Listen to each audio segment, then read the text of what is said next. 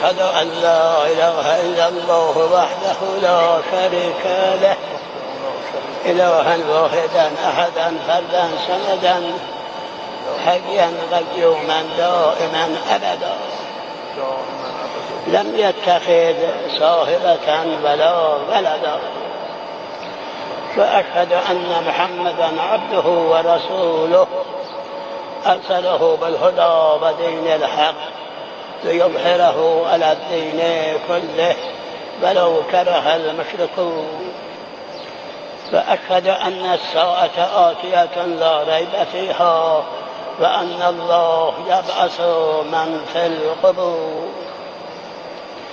الله أكبر الله أكبر.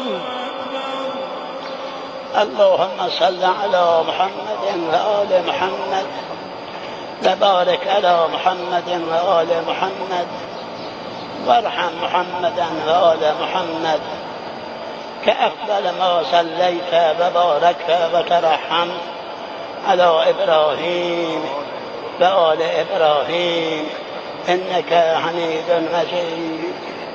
وصلى اللهم على جميع الأنبياء والمرسلين والشهداء والصديقين وحسن أولئك رفيقا.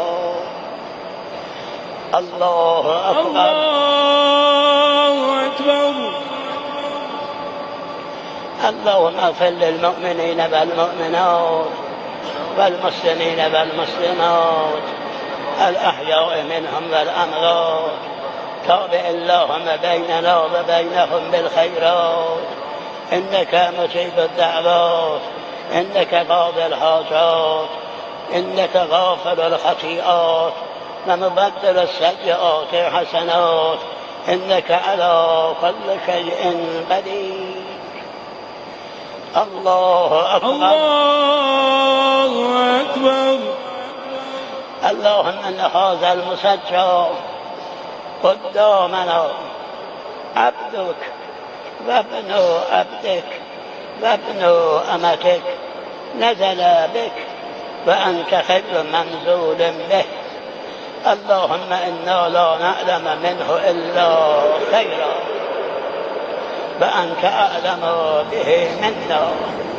اللهم اغفر له اللهم اغفر لنا وله.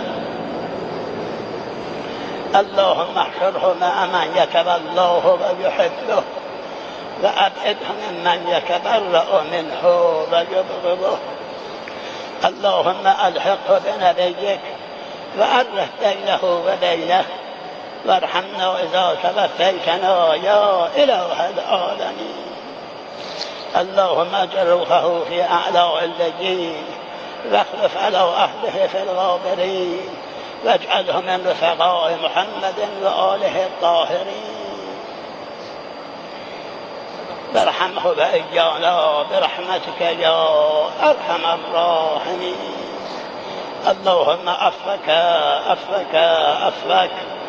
الله أكبر الله أكبر. رحم الله من قرأ الفاتحة. بسم الله الرحمن الرحيم. رحم الله من قرأ فاتحة مع الصلوات.